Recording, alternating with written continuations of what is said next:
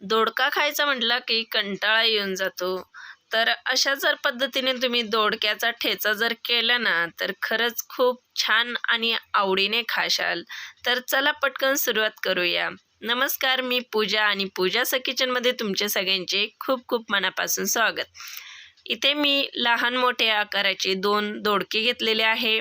ते स्वच्छ धुवून घ्यायचे आहे आणि त्याच्यावरील ज्या शिरा म्हणतात त्या शिरा काढून टाकायच्या आहे.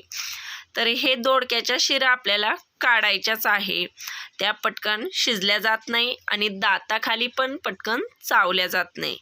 तर या पद्धतीच्या अशा शिरा मी सगळ्या काढून घेतलेल्या आहे आणि आता आपल्याला किसणीच्या साहाय्याने हा दोडका किसून घ्यायचा आहे. तुम्हाला जर मिक्सरमध्ये फिरवायचं असेल तर तुम्ही मिक्सरमध्ये पण फिरवू शकता, पण मिक्सरमध्ये खूप असा गाळ होतो. त्यामुळे आपल्याला मिक्सरमध्ये होता होईल तेवढं किसणीवरच आपल्याला किसून घ्यायचं आहे. तर मागचा पुढचा असा देठ आपण काढून टाकला आहे आणि आता आपल्याला या पद्धतीचा किसून घ्यायचा आहे. तर असा आपला सगळाही दोडका किसून झालेला आहे आणि दोडका किसून झाला की आपल्याला दोडक्याचा लगेच मसाला काढून घ्यायचा आहे. तर इथे लसूण आणि हिरवी मिरची याचा मी ठेचा करून घेतला आहे. कढाईमध्ये 2 वरगळ्या इतकं तेल मी टाकून घेतलं आहे. यात तुम्हाला जिरे मोहरी काय टाकायचं तुमच्या आवडीप्रमाणे तुम्ही टाकू शकता. मी फक्त जिरेची फोडणी दिली आहे आणि जो वाटलेला ठेचा म्हणजे मिरची आणि लसूणचा तो यात परतून घेणार आहे. तर सगळ्यात आधी आपल्याला हा मिरचीचा ठेचा परतून घ्यायचा आहे. लगेच दोडक्याचा ठेचा आपल्याला टाकायचा नाही. तर हा मिरचीचा वास आपल्याला असा तिखट मोडून द्यायचा आहे आणि खूप छान असा सुगंध सुटला की आपल्या लसूण आणि मिरचीच्या ठेच्याची मगच आपल्याला पुढची प्रोसेस करायची आहे. तर मी इथे 2 मिनिट सलग असा मिरचीचा ठेचा परतवून घेतलेला आहे आणि त्यानंतर दोडक्यामध्ये पाणी न घालता तुम्ही आता कोणी काय करतं, दोडक्याचा किस केला की तो धुवून काढतात. नाही, असं अजिबात करायचं नाही आहे. दोडक्याला ऑलरेडी खूप पाणी सुटतं, त्यामुळे आपल्याला इथे पाण्याचा एक थेंब पण वापर करायचा नाही आहे. जो दोडक्यातला किसमधला रस निघलेला आहे तो यात टाकला तरी चालेल, पण दुसरं व्यतिरिक्त पाणी टाकायचं नाही आहे. आणि हे आता आपल्याला व्यवस्थित असं परतावून घ्यायचं आहे.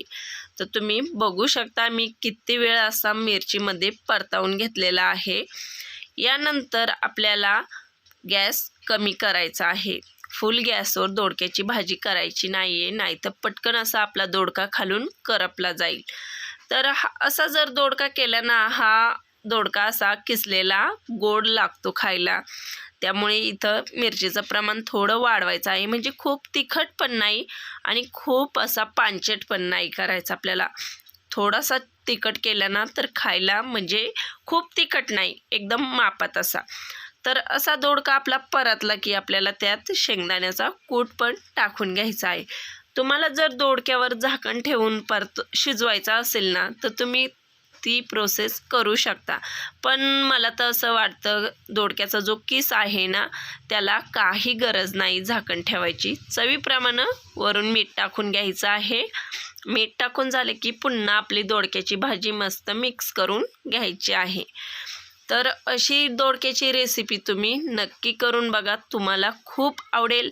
आणि पूजाचं किचनवर जर अजून नवीन असाल ना तर नक्की सबस्क्राईब करा.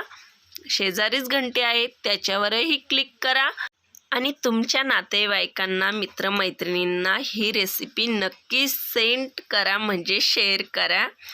आणि ही अशी रेसिपी तुम्ही पण नक्की फॉलो करा. तर ही रेसिपी तुम्हाला तर आवडली तर असणारच, कारण की आपण थोडीशी युनिक पद्धतीची केलेली आहे.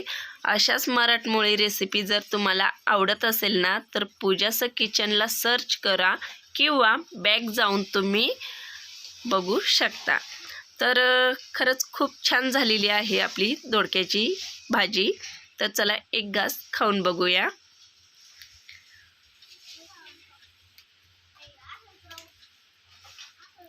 मस्त, खूप छान झालेली आहे. पूर्ण व्हिडिओ बघितल्याबद्दल खूप खूप धन्यवाद आणि थँक्यू.